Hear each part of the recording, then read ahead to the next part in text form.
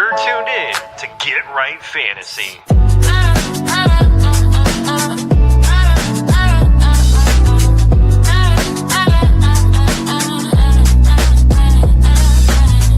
Hey everybody, Adam Rank here. What's up, friends? Daniel Dopp here from the Fantasy Focused Football Podcast over on ESPN. It's Fabs here, Michael Fabiano from Sports Illustrated. You know who you can trust if you've got some questions about your fantasy squad? Want to check out a cool show on YouTube that'll help you get ready for the fantasy football season? Check out the Get Right Fantasy Network. Check out the Get Right Fantasy Network. If you are not subscribed, what are you waiting for? You want to lose your league? Head on over to YouTube. Check out the Get Right Fantasy Network because they're doing everything they can to make you a better fantasy player. You got to get right with the Get Right Fantasy Network.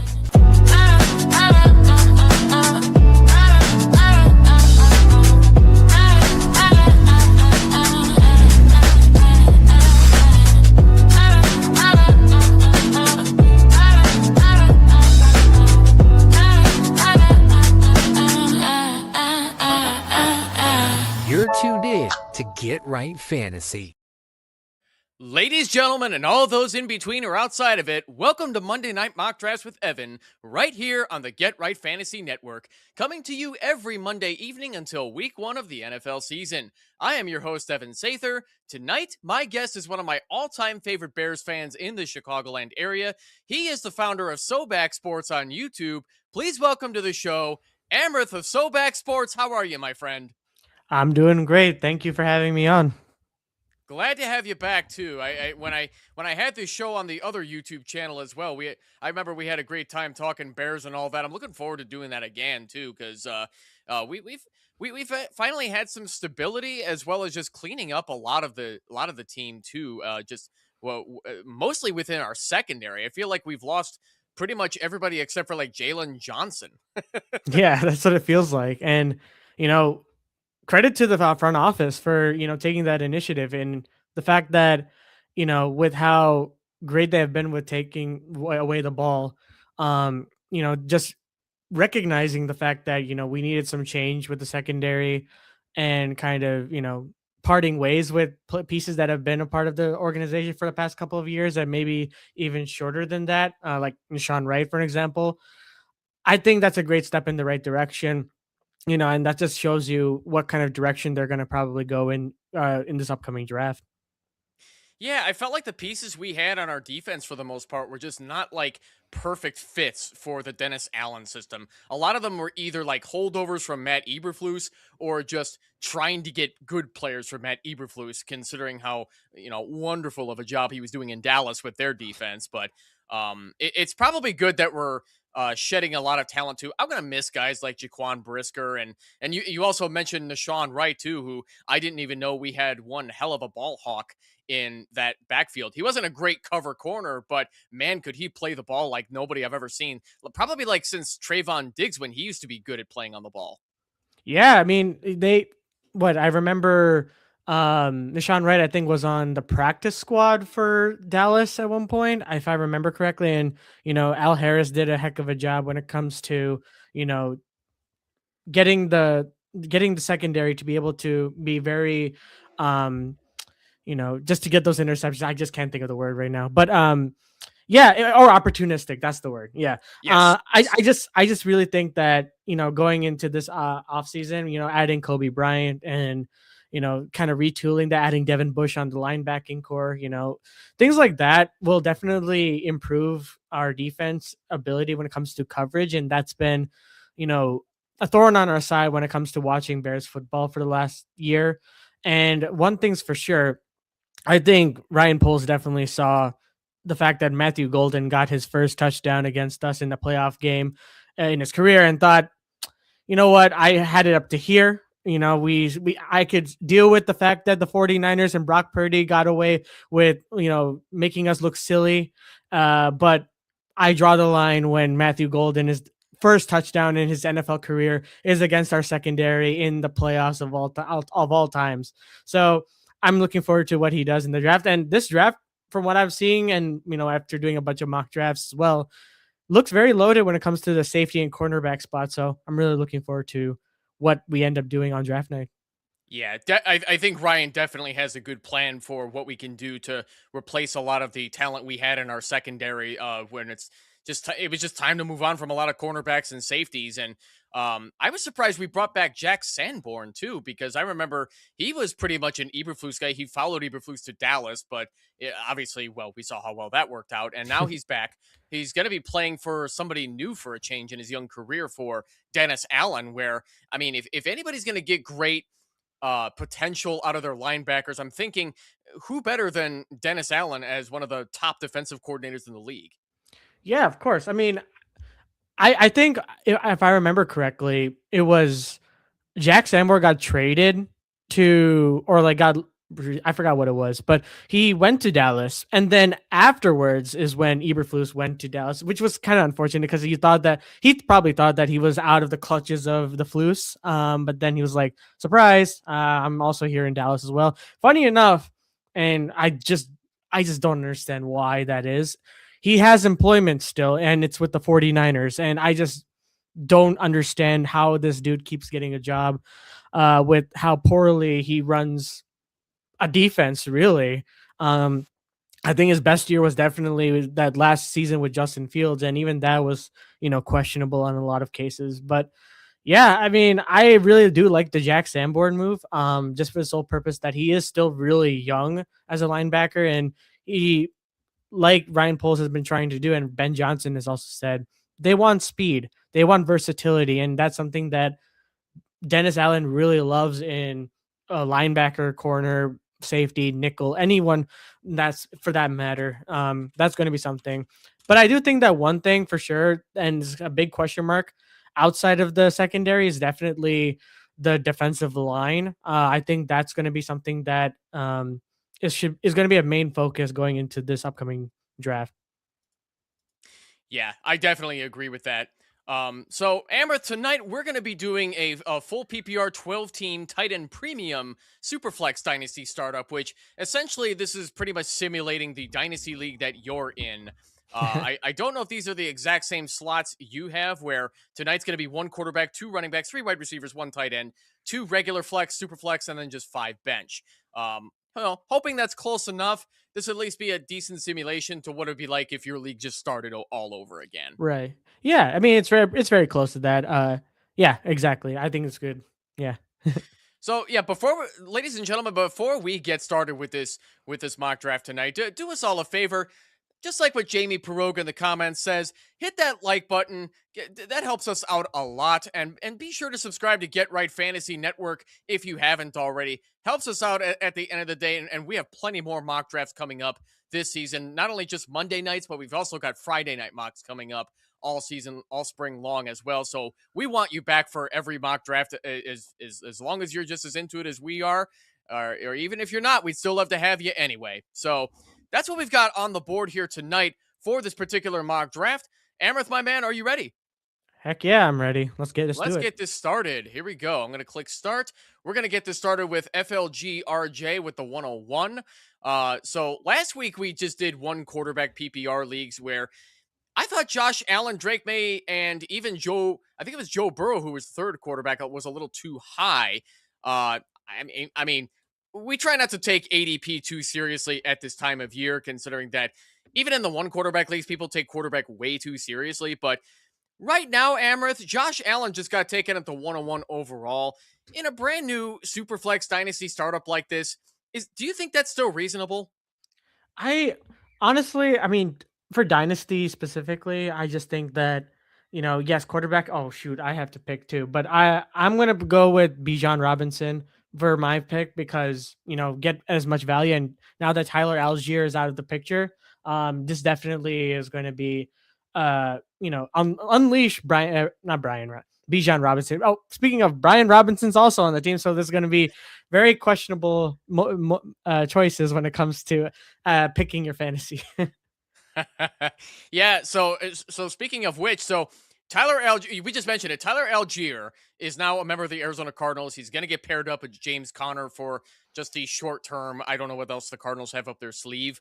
I better make my pick as well. I'm going to go Jahmyr Gibbs here.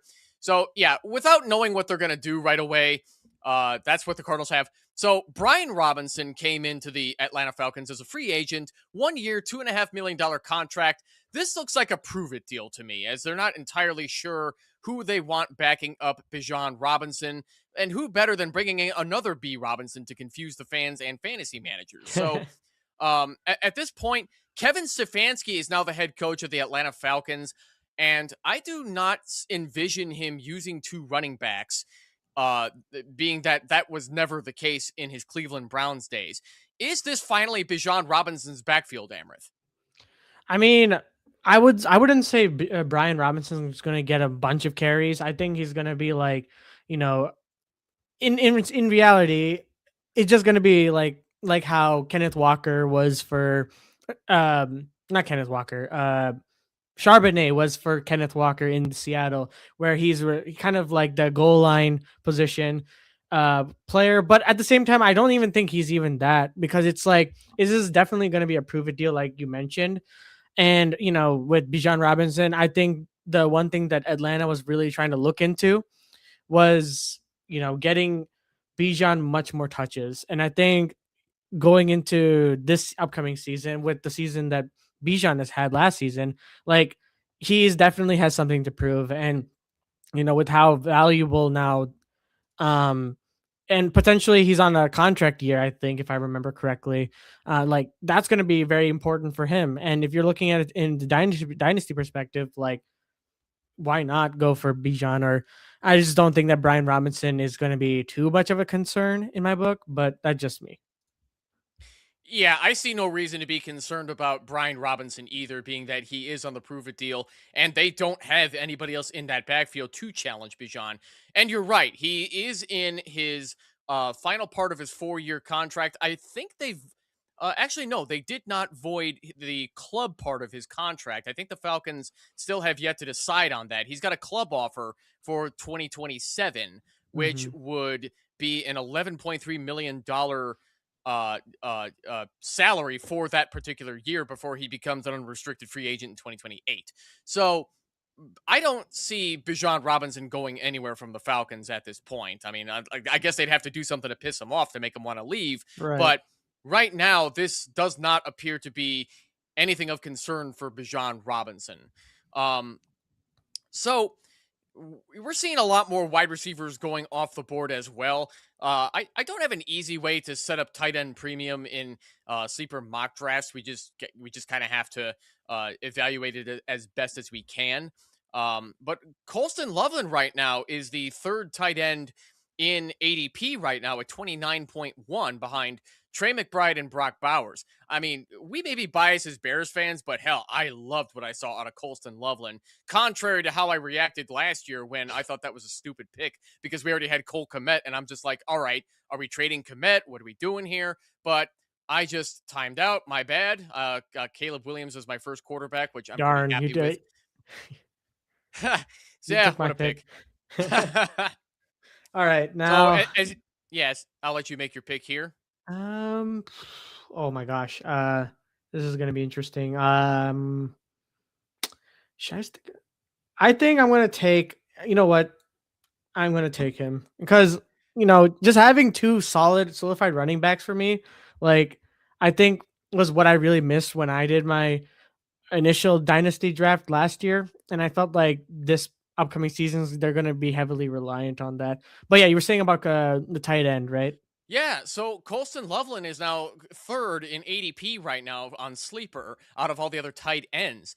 And like I was saying, Colston Loveland really impressed me last year. Is he from now on a top 3 tight end? Oh yeah, absolutely. And as you can see, he just went away from right now. I was really hoping he would stay, but I listen. I'm going to take his counterpart, not counterpart, like his the second best tight end in that draft class, and that's Tyler Warren. But anyways, I just think that Colston Loveland. I remember I made the pick. I was like really high on Colston Loveland when I did my first mock draft or my first dynasty. And people thought I was crazy for it too. And, technically I was at the time because he did kind of start off really slow. But at the end of the day, like, with how he ended the season and how important he is as Caleb Williams' safety blanket, there's no reason that he shouldn't be in the top 3 because he's going to be targeted quite a bit. He's able to get open. He's still like really young. He's not even 22 yet, if I remember correctly. Like that's all you need to know when it comes to a draft, or especially in a dynasty setting where long term you want a tight end who is good at receiving, can get a lot of yards after the catch, very good contest catch for a tight end of his stature. Like he checks a lot of the boxes in my book. And with Ben Johnson utilizing tight ends quite a bit, like best believe he will be a piece that you really don't want to trade away in your dynasty league. Definitely. And yeah, Colston Loveland right now is 21. He will be 22 years old on April 9th. So he is really close to that in his second year, which, yeah, you're right. He was very young coming out of Michigan, and it is not that common to see youthfulness as young as he is to be that NFL ready, where we're seeing this a lot with quarterbacks too, where they're maybe 21, 22, and they're just not NFL ready with how difficult being a signal caller is in the NFL. It's just not that common. But then we saw Tyler Shuck, 26, coming out of college. Boy, did he look NFL ready. So that's the one thing you learn about Dynasty, is that age is merely a number. But at this stage, like I don't know how many quarterback shares you have in your league, Amrith, but were you avoiding people like Tyler Shuck being as old as he was? I mean, at the time I was, yeah. I mean, at the time of doing our draft, he was kind of like an afterthought at one point because of how late he was taken. Like, unfortunate. And listen, there's no shade at all to him. He's a baller. He's definitely earned another year after the way he played, and he's proved a lot of doubters, including myself, wrong when it comes to the quarterback spot, because it's the Saints at the moment. They're trying to deal with their own cap situation, which I still to this day don't understand how they do it, but I do think that, with players like Shuck, he's going to be really important going into, this upcoming season. And with, another season where they have nothing really to lose. They're just trying to, get back into form. They're trying to rebuild at the moment. And Shuck, as he's been doing the right things when it comes to, taking the easy layups, improving his deep ball game by game. And things like that will definitely rack up fantasy points too. And, having that stability as well, because, who's your other options? Spencer Rattler, or like, I'm trying to remember the other quarterback it's blanking on me, but, yeah, in terms of a depth chart, like, I just don't think that there's nothing really to worry when it comes to that, especially picking Shuck. But yeah, that's just my thing. I think that he's a really solid player, and I think he could do that. Let me see who I should take. Yeah. So actually, while you're picking, I will mention too that Zach Wilson is now the third quarterback on the depth chart for the New Orleans Saints. Which, I mean, that poor guy got thrown to the wolves in New York when he was a New York Jet, and he just did not look like he didn't even look like 6th round material. He looked so bad. But yeah, so he will be backing up Spencer Rattler, who right now is not even entirely healthy either. But Tyler Shuck is definitely a Kellen Moore guy, and you can see it based on how well this offense is built. And now Travis Etienne is the new starting running back for the New Orleans Saints, where the Saints, for whatever reason, with their cap hell, are going to be keeping both running backs. And Kamara, I think, is owed something like $12 million this season. So whether he's trade deadline material or not, what do you think about this Saints offense right now before the NFL draft? So it's Shuck, Etienne, Kamara, Olave, Devon Villay. What do you think about the way that it looks right now? Is this another 6-win team this coming year? I mean, on paper, they look like it doesn't look as pretty as you would hope to be, especially if you want to be in the echelon where you're gunning for 8 wins. And in this case, the NFC South isn't as how do I put this in the most light way possible, isn't as easy as people would say it is, because last year it was pretty scrappy at the end. The Bucks missed the playoffs and the Panthers made it because of how crazy that whole thing was. It went down to the last game of the season where the Bucks were hoping that the Saints lost that game, I think, if I remember correctly. And the fact that it got to that and the Panthers sneaking in and almost winning a playoff game too, like they're if everyone relatively in this team, and the thing is, with the Falcons getting a new head coach, the Panthers continuing to build what they have with Bryce Young, like I think on paper it can be a very sneaky team. Like it's not necessarily the worst, and if they continue to add more draft picks, I'm not sure what their draft situation is. I kind of forget. I'm not sure if they have a first round pick. I know they definitely do. They definitely have a first round pick if I remember correctly.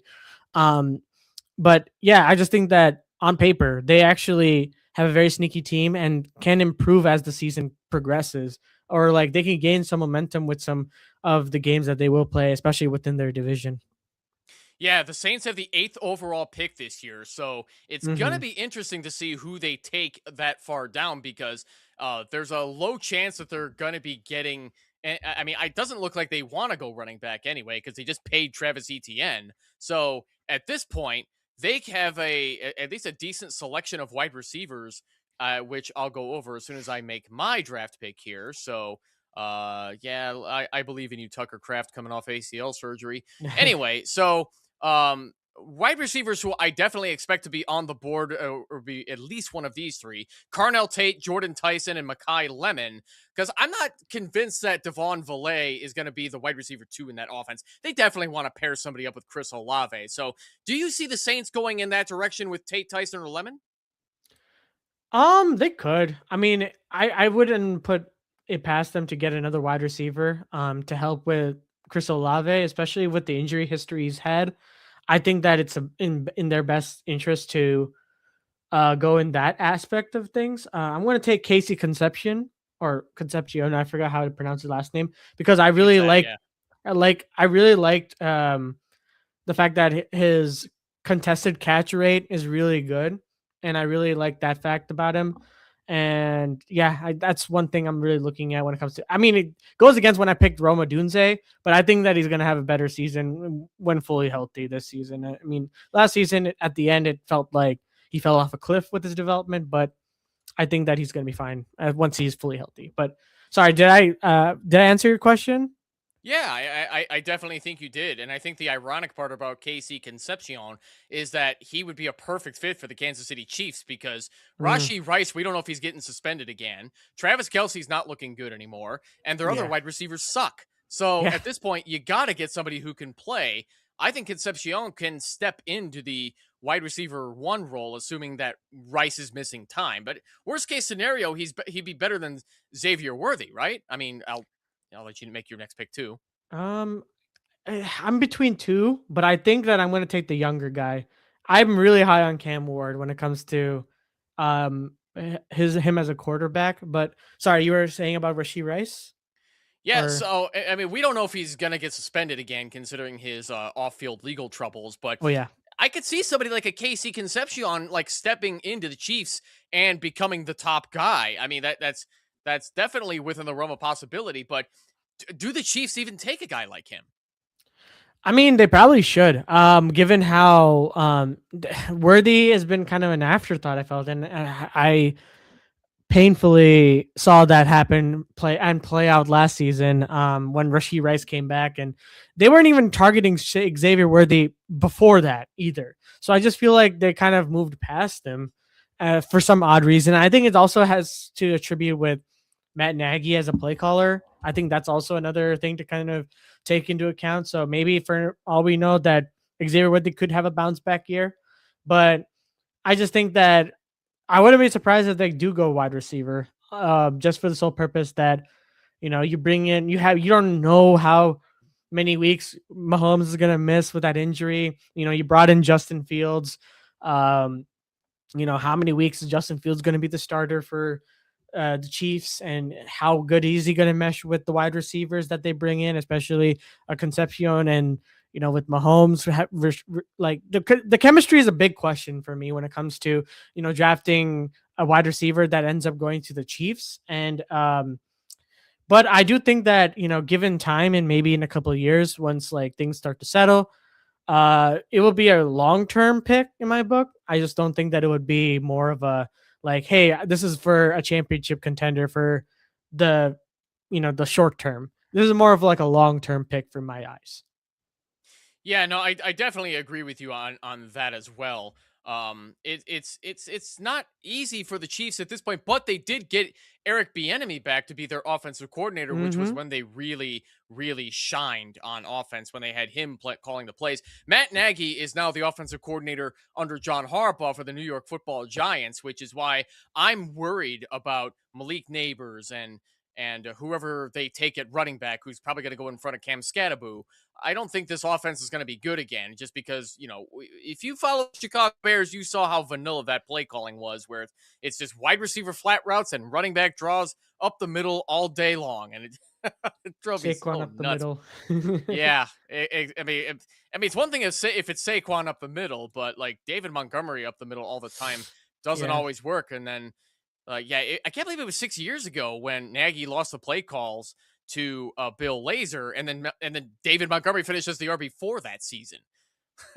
so, Yeah, literally. um, I'm gonna take so Pierce here.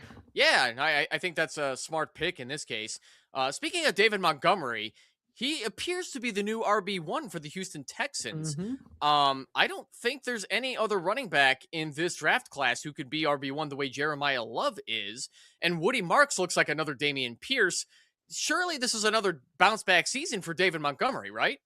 Yeah, of course. And I think that I without a doubt don't think that the Texans are going to go away from this draft and not get as many offensive linemen as they can. And I get the offensive linemen, especially the offensive tackle specifically, isn't as strong in the draft this year.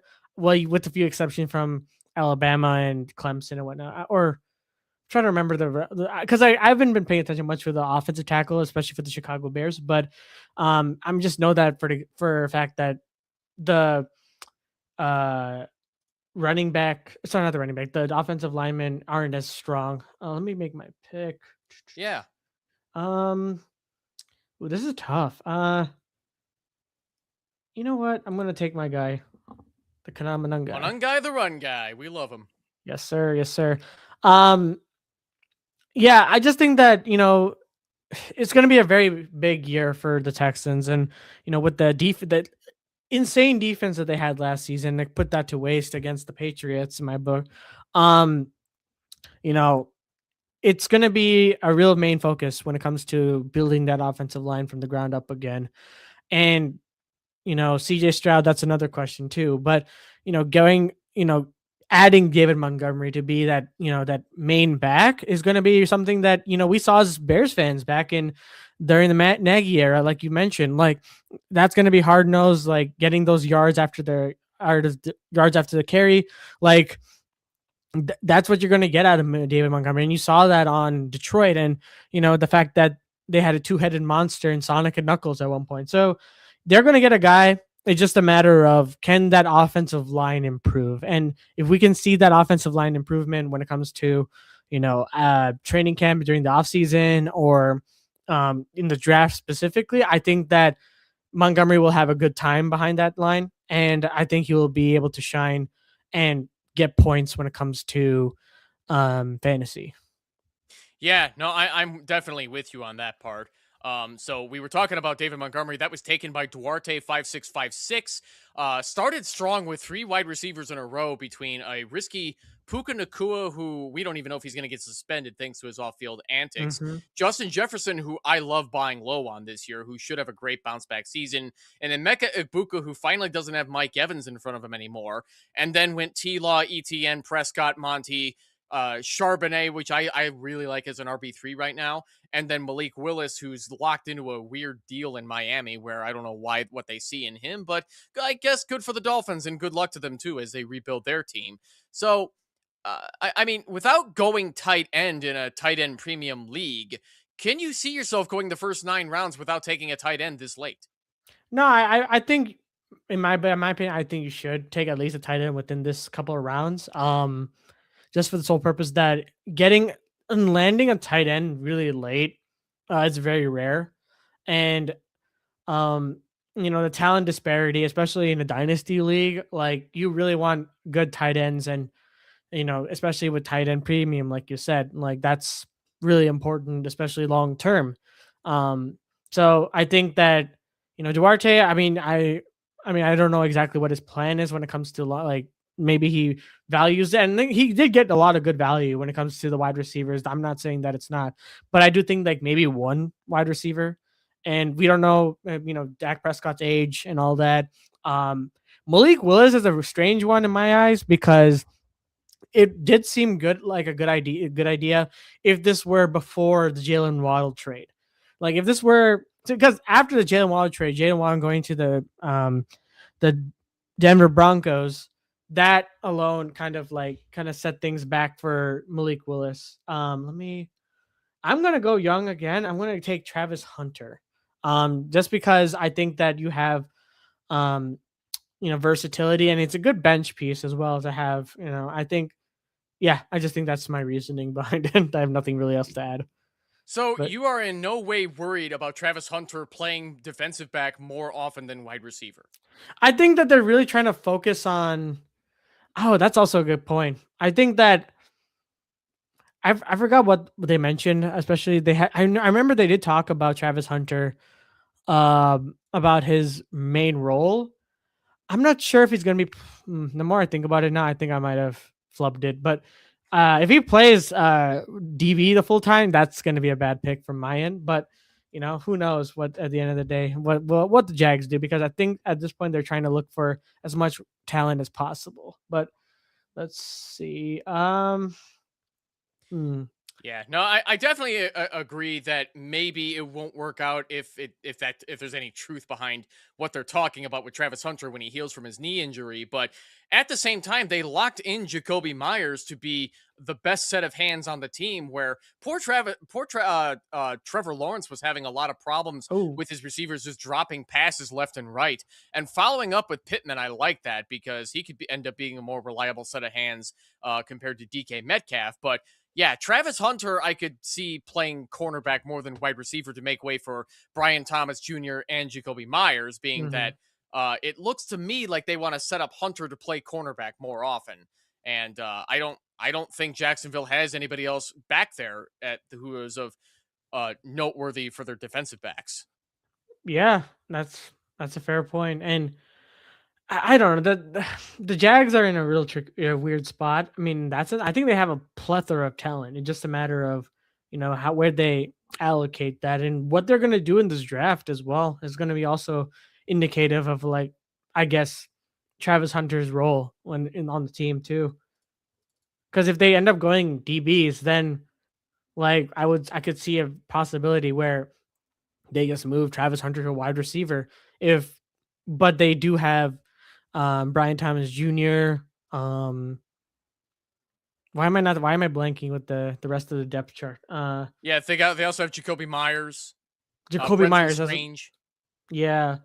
Well, So that's it's not gonna be even interesting. I mean, you'll have plethora of weapons to work with. But yeah, I think that's a pretty interesting move from them for that aspect. And to remind people, the Jaguars do not have a first round draft pick this year. They have a second, 3/3, a fourth, 2/5, 1/6, and then 3/7. So they're definitely going to be digging for value later in this draft. And honestly, I think they're going to end up spending a lot of it on the trench guys like offensive linemen and defensive linemen. Like, I mean, the Jaguars definitely need to beef up their defense too, considering how much they blew a lot of games for this Jaguar team under Liam Cohen. But yeah, this Jaguars offense actually looked a hell of a lot better under Liam Cohen, despite the struggles of Trevor Lawrence. But yeah, at this stage, I think that guys like Jacoby Myers, who uh, uh, uh, Eep ST took at the 10-9, I think that's solid value late if you're going to punt at wide receiver. But I don't know if Jacoby Myers is really going to be wide receiver one in that Jaguar offense. So is it still up in the air for the Jaguars, Amrith?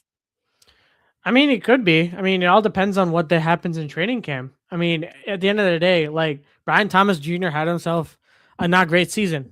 And he's been dropping the ball a lot. I'm not sure if it's something to do with a training camp or some injury he dealt with or whatnot. But I think that I think he might have a bounce back year. I think they still have faith in him, and they're not going to just give up on a top pick within a span of a season. Jacoby Myers, that's a huge addition, especially when they went on that 10-game winning streak to end the season. And yeah, and then Travis Hunter before his injury was pretty solid for them as a wide receiver. So, I mean, to answer your question, I think that this is a unique situation.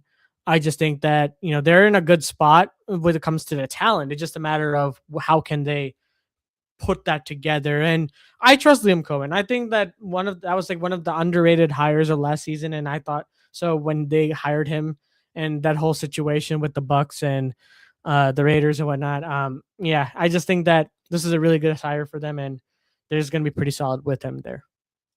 Vince Mapstone, I'm kind of mad at because he sniped my tight end pick. As Mason you're making Taylor. your pick, I will mention that he took Mason Taylor at the 12-8 after Dalton Kincaid a few rounds earlier as his second tight end off the board. Mason Taylor didn't get to reap the benefits of a wide open depth chart in New York, considering what a mess that offense was last year. And now that it appears that they're going to just go with Geno Smith to throw the football, I'm wondering, actually, Amrith, does this bode well for Mason Taylor being atop that tight end depth chart in New York? I mean, he could, because right now Mason Taylor, I mean, what pick was he last year? Like in the third or fourth round, right? Or am I tripping? Let me check. That I will have to look up. He has 1 year LSU. Right, he was actually a second round pick, number 42 overall. Second round pick, right? Okay, yeah. I mean, they have to try something, and I think that adding a player like him, and I thought that he was going to be a really good player last season, but given how the Jets are and how inept they were at offense, like it didn't come to fruition. And I don't know, like it's going to be interesting because if they can get the offense clicking, at least like to a certain degree, I think Mason Taylor can make a name for himself going into this upcoming season. And he's young too. He's 21 years of age. And I just think that let me make a pick. I'm going to take I'm totally with you about that too, Amrith. I think that Mason Taylor will definitely have a chance to make some solid tight end 2 noise. Especially compared to some of the rookies who have been taken. Like, I mean, Elijah's, I think that's his name, right? Yeah, it's Eli Stowers. We'll have to see where he lands as well. But at this stage, I definitely want sure guys over tight ends behind. Sadiq is probably the only rookie tight end I care about so far. I mean, we'll have to see how well that ages. We gotta see where everybody lands here. But are there any other rookie tight ends that impress you besides Sadiq, or even if Sadiq impresses you at all too? I mean, Sadiq does impress me. I just don't think that in a very weak tight end class. I mean, no, actually, I forgot his name. I there was one tight end I was considering the Bears get. I'm blanking on the name and college for where he was, but yeah, there's besides one. I think like the rest are kind of like they could be developmental pieces. I think that they're more developmental or if they're late round draft picks. That's just my thought process because I just don't think that this is a draft where it's very offensive heavy. I just think that it's very defensive and skill position based. But yeah, I mean, like players like Gunnar Helm, for an example, like last year, like he got drafted last year and he was really good for Texas a year ago. And I really liked him as a prospect. And I really hoped that the Bears would draft him as like a later round pick, but we obviously got Colson Loveland and I'm not mad at that pick anymore. And Gunnar Helm, like, I just think that he's more of like players like him, I think are going to be very prominent in this draft.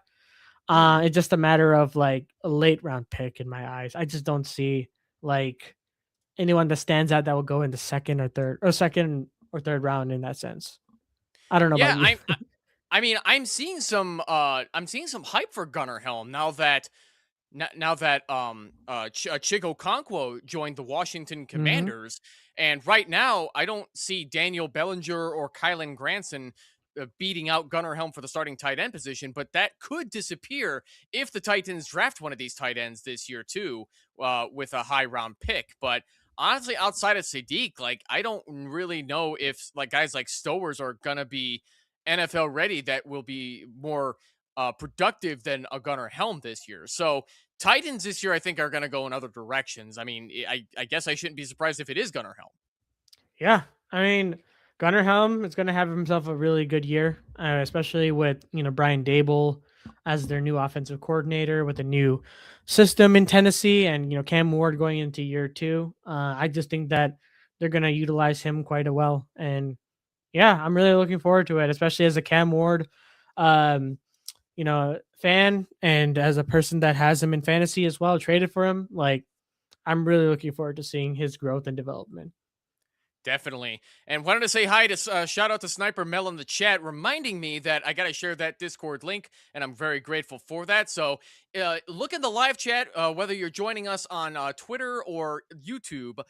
Please, there's the Discord link in there. Please join us if you haven't already, and you'll be among the first to join us for one of these mock drafts on Sleeper if you're interested in that for future episodes of Monday Night Mock Drafts, or even be on the lookout for Friday Night Mocks, which there will be plenty of those rooms opening up as well. So it'll be one of us, either it's me, Kendall, Classic Mike, or whoever's in the Discord at the time.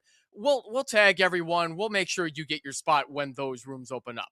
So I wanted to shout out to you guys as well for calling me out on that part. So anyway, so getting back on track here, I don't know how long I want to stick with talking about the Titans because they got a lot to prove, but Chimeri DK got taken in the 15th round.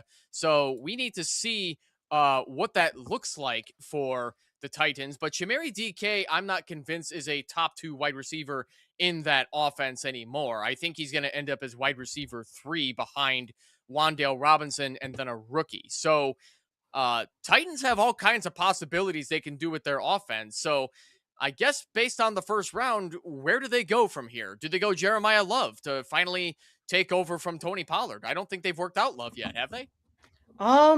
I'm not exactly sure. Let me look at Tankathon real quick because I need to jog my memory when it comes to teams outside of the Chicago Bears. But I think there's a good shot because I mean right now it seems like they're mocking Jeremiah Love to the Titans at the moment. And I don't see why not, because you have Brian Dable as your head coach. You're trying to it's important that you have your quarterback and a good run game behind him. And Tony Pollard isn't a long-term solution, along with Tajay Spears as well. So adding Jeremiah Love will definitely be beneficial for Cam. And I think that they have a good shot to get him. I don't see why not. But they do have questions at offensive line. They made a lot of moves this off. They were very busy, to say the least. I felt like every single Adam Schefter bomb was literally about the Titans or the Raiders at this point. And rightfully so. But yeah, like I wouldn't mind taking him at that point because he is a very important piece, and he could be a very important piece going forward in their offense. And with the running ability of Cam Ward, that could be a lethal duo as well. And that opens the possibilities as well when it comes to like fantasy options too, because having an elite run game with Jeremiah Love would be pretty fantastic if you ask me. Yeah, no, totally agree. So now that we've completed this draft, let's go over your team real quick, too. I apologize for the banner getting in the way a little bit here. So you went running back, which even in a Superflex tight end premium league, with how rare it is to have great running backs, I love that you went running back here, where you were the only team in this mock to do this. So Bijan Robinson, Jonathan Taylor, I don't see how you get that much better with 2 running backs who have nobody behind them who will challenge them. So then you follow that up with Tyler Warren. You went young with Fernando Mendoza, and then Odunzi, Concepcion, and then Pierce, which, I mean, punting at wide receiver, I think is totally fine in a league that's set up like this. And then Pittman in the 11th round is solid. So honestly, though, as we're going through your roster here, Amrith, if you were starting over in your Dynasty League today and you had this start of your roster, would you be happier with this than what your actual team is right now? Oh yeah, I'd be happy with what we started, because I honestly forgot how I started it, but I just remembered like Oh man, it was not. It was not ideal, like, to say the least, because I think I was the 11th pick. Well, so it wasn't super ideal, but I approached it in a way the wrong way. I think I approached it more um like a redraft league, and my mind just went straight. Oh my god, this guy's available, and then I realized, shoot, it's a dynasty league. I have to think long term rather than short term, So yeah, I definitely like this approach more. If I were to do a redo and I had this for starting six, I would do that for sure. Just for the sole purpose that you're that's the one thing I was struggling with, was getting good solid running back production. And that's something I have here, where my running back room is like locked in at this point.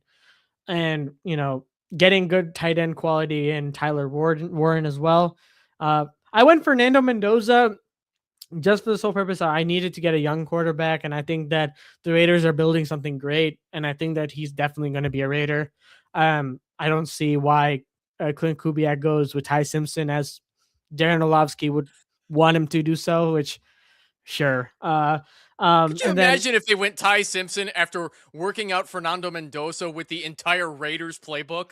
yeah, that's like how and this is not exactly that, but it's kind of reminds me of how the Bears literally told Patrick Mahomes, like, "Oh, we're gonna take you. Don't worry about it." And they met with Mahomes and stuff like that too, and they took Trubisky instead, which that ended up with Caleb Williams. At the end of the day, we ended up with Caleb Williams, so I'll just take it for what it's worth.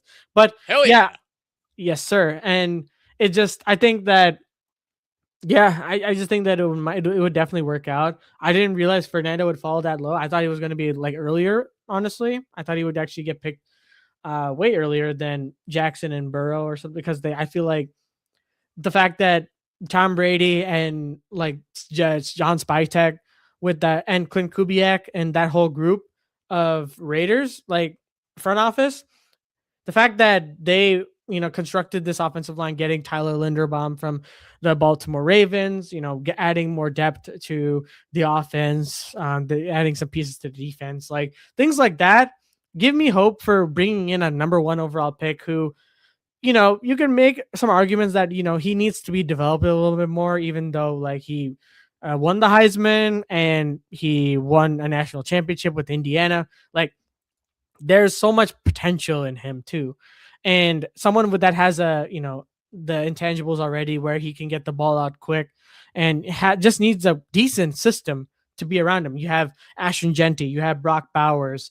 Unfortunately, you don't have Jacoby Myers anymore, but you could draft potential wide receiver in this draft too. So there's another potential opportunity there as well for the Raiders. So I like that pick especially in the fourth round. So I think that's relatively decent value. I think and sorry to keep going on about this. I just noticed some things right now, but I think I could have gotten better value with my picks in the later rounds as well. But I think at the end of the day, it's just like, it's a crapshoot at the end.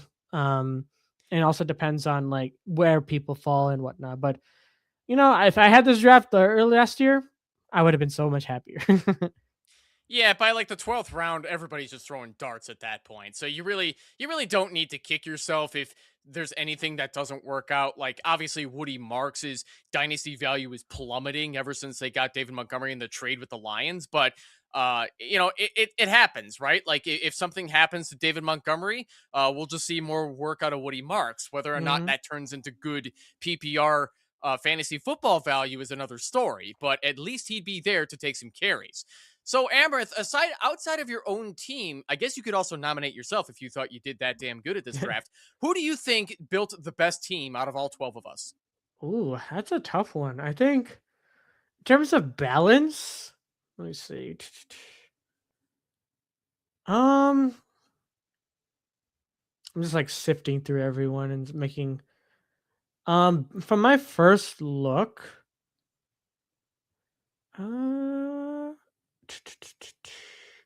I really like Jake the Snake's draft. Underrated, honestly.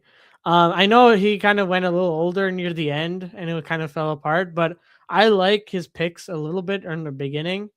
JSN, Justin Herbert, uh, and CJ Stroud and Kyler Murray. Kyler Murray is going to be QB1, but whether you like it, I think that he will be with how 9 has been. But I don't know. It all depends on how they play in OTAs and in training camp. That's going to be a fun story to follow if you're a Minnesota Vikings fan. But Gadsden, pretty solid value. Quentin Johnston, I think onwards, I think is a little bit suspect, but I kind of sneakily like this draft a little bit. But I do really like Duarte's draft too. Duarte's draft I feel like is very balanced in my book. The more I look at it now, but I think it's between these two. I think I really like them. Yeah, I think you made 2 solid picks here for 2 teams that are pretty well balanced despite being tight end premium, where it looks like here this is proof that you can make a case to punt a tight end too in tight end premium, being that tight end is already a difficult position to find any solid value. And if you're going to rely on an Oronde Gadsden and Mark Andrews, TJ Hawkinson, or AJ Barner, wherever David Njoku lands, or Hunter Henry, I mean, how the hell does Hunter Henry fall to the 15-8, by the way? There's actually a lot of people starting to hype him up with the way the Patriots offense is looking, where Romeo Doubs right now is the top wide receiver, and we'll have to see if the Patriots draft another wide receiver to pair up with him. But these are solid freaking picks for a tight end premium format, which is pretty much justifying punting at tight end.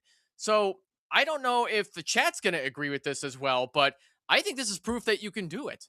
Are you in agreement with me on this, Amrith? Oh yeah, of course.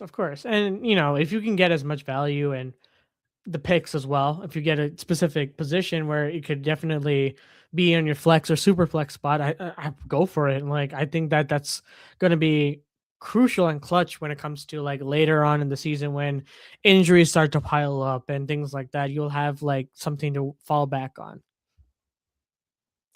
Vince Mapstone is saying that Kyler Murray will be playing softball by November, but he still has that not Oakland anymore, but he still has that athletics contract should he go the baseball route. But honestly, I mean, because at his age and, foot condition and whatnot, I'm not sure if he'll be useful in baseball anymore.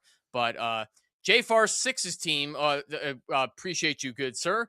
We'll look at his team as well, too, just to analyze his roster. So Jamar Chase, Devon Achane, Jackson Dart, Luther Burden, Kyle Pitts. I think that's a pretty solid top 5 to start off a tight end premium superflex league, as he went Jared Goff and then grabbed Ty Simpson in the 12th round, wherever the heck he lands. Even if Ty Simpson doesn't start right away, at least he should land in a spot that will develop a quarterback. So we'll have to see what happens here. But Amrith, what do you think about JFar's team as well? Do you like how this starts, and maybe even do you like how this ends? Yeah, I like it. I like the pick for Achane and Kyle Pitts. They're the ones that stand out, along with Luther Burden. Obviously, no bias whatsoever. I really like the value and the long term aspect of looking at this from perspective. Jamar Chase, he's a safety blanket in terms of a pick. You're going to get value no matter what with him. As long as Joe Burrow's healthy and as long as he has a quarterback with a pulse in the backfield. Obviously, they re-signed Joe Flacco for a 1-year contract. Joe Flacco just fed Jamar Chase that one game against the Steelers. So you'll have a good wide receiver play and good wide receiver value with him no matter what. So I don't mind, even with his age and how much he's played in the league. He's still a solid pick nonetheless, 26 years old. HN, good value. There's no one really outside of Ollie Gordon in the depth chart for Miami that's going to be someone that's going to creep up on him. But I think HN is definitely the runaway for running back 1. Dart is a little bit of a, I think that's a little bit of a an out of a reach pick. I think that you could have waited and got him later on, but he does have upside when it comes to his rushing ability. I think that he can provide something when it comes to the rush, and it's going to be a little bit of a how can he really, mesh with Matt Nagy? That's my big question, and I think that's going to be something that he's going to have to deal with as the season progresses. Kyle Pitts, Last season he had 6 touchdowns, right? And the season before he had 5. Will he go for the 7 touchdowns this season? Like added 1 touchdown for every season he's been in the league. So Yeah. yeah, like I think he's good. I think Stefanski is going to definitely rely on his tight ends more. Um, and I think that's a pretty solid pick, along with the only receiving threats that they have are literally him and Drake London. They moved off of Mooney, and Mooney's now on the Giants now. So um, Javonte Williams were RB1, great value. Made himself a home in Dallas. And yeah, I mean Christian Watson that later round too, 9.2. One of the many wide receiver ones on the Green Bay Packers. Good for him, and good for value what you're getting at with the 9th round pick. I think this is a really good. I think Jafar had really good value overall from the first 10 rounds, I would say. Definitely. And I think a lot of people are also worried about Devon Achane, considering that the Dolphins traded away all their other like most noteworthy skill players Mm-hmm. between Jalen Waddle and letting Tyreek Hill go to free agency and not bringing back Darren Waller, even though he wasn't that healthy to play enough. But it seems like a lot of people are worried that the Dolphins are going to run Achane into the ground, but that was also the case with Josh Jacobs on the Raiders, and then the Packers picked him up, and Jacobs still looks damn good as a running back. So honestly, probably aren't a ton of running backs who can handle that kind of mileage, but if it's gonna be anybody, it's gonna be guys like Jacobs and Achane. Like I'm not gonna hesitate to draft Achane even in redraft leagues. I want all the shares of him this year. Oh yeah, and even then, like say like something goes wrong and like he doesn't end up like he like sits out. Let's say a hypothetical situation where the team is kind of like in flux and they ends up sitting out, right? Like he's really young still, like what 22 years old or 24, right? This is a long-term thing. You can keep him, and wherever he ends up landing, he's going to be a like RB1 or at least the worst case scenario RB2. Like that's still really good value, and that like just adds to your point. Like no matter what, whether it's redraft or even long term, like when you're looking at a dynasty, like you want HN on your team, and you're going to get value no matter what. Most definitely. So we are starting to come up on time here as we're coming up at the top of the hour. And before we do that, I do want to remind folks, if you haven't already, first of all, thank you all for tuning in. Please like this video, whether you're on Twitter or YouTube, wherever you're watching right now. It helps out the channel a lot. We greatly appreciate you every single week for Monday Night Mock Drafts. And we're hoping you do the exact same thing for the video for Friday Night Mocks coming up later this week as well. Before we get out of here, though, I do want to read a quick supporter of the show, and that's Underdog Fantasy. The best and easiest place to play fantasy sports. We enjoy their best ball draft tournaments and live stream them all off season. In best ball leagues, all you have to do is draft your team and that's it. No need to do anything with your teams all season long. No waivers, no trades, and no weekly lineup setting. You can even draft hundreds of teams if you'd like, and you never have to manage them. Best ball is a great way to learn player values and ADP for your regular fantasy football drafts.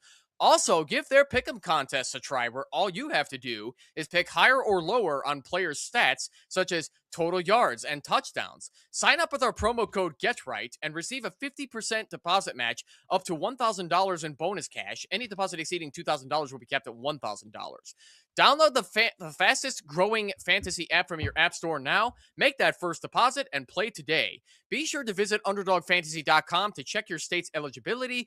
Please play responsibly. You must be age appropriate and present in your state where Underdog Fantasy operates. Terms apply. Concerned with your play? Call 1-800-MY-RESET or 1-800-GAMBLER or visit ncpgambling.org. If you're in the state of New York, call the 24/7 HOPE line at 1-877-8-HOPE-NY or text HOPE-NY at 467-369. Amrith, I am so glad I got to have you back on the show for the second year in a row.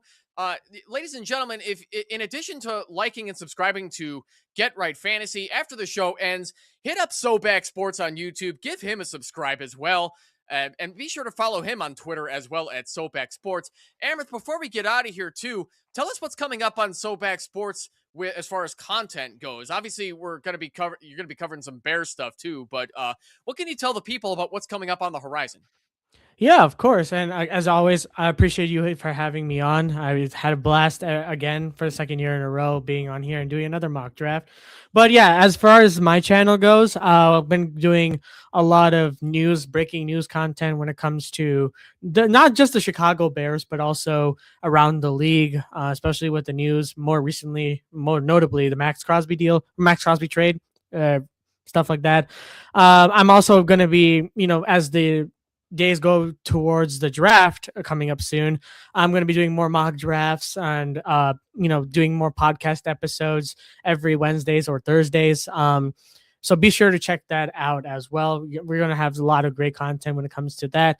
And on TikTok, Twitter, and Instagram, I'm very active on those, so feel free to hit a follow and like and subscribe as well.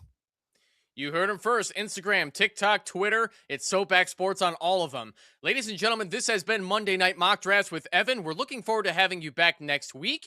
We will be running a we actually have some love for those of you who are in 10-team leagues. We're going to be running a 10-team one quarterback PPR Dynasty Startup, and that's going to be with CH Herms of Fantasy Points as well as FTN Fantasy. You don't want to miss that episode, so be sure you tune in next week to catch him as well.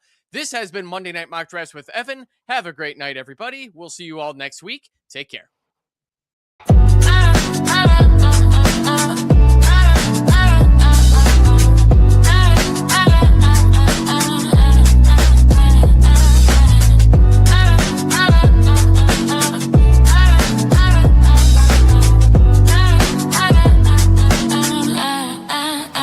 You're tuned in to Get Right Fantasy.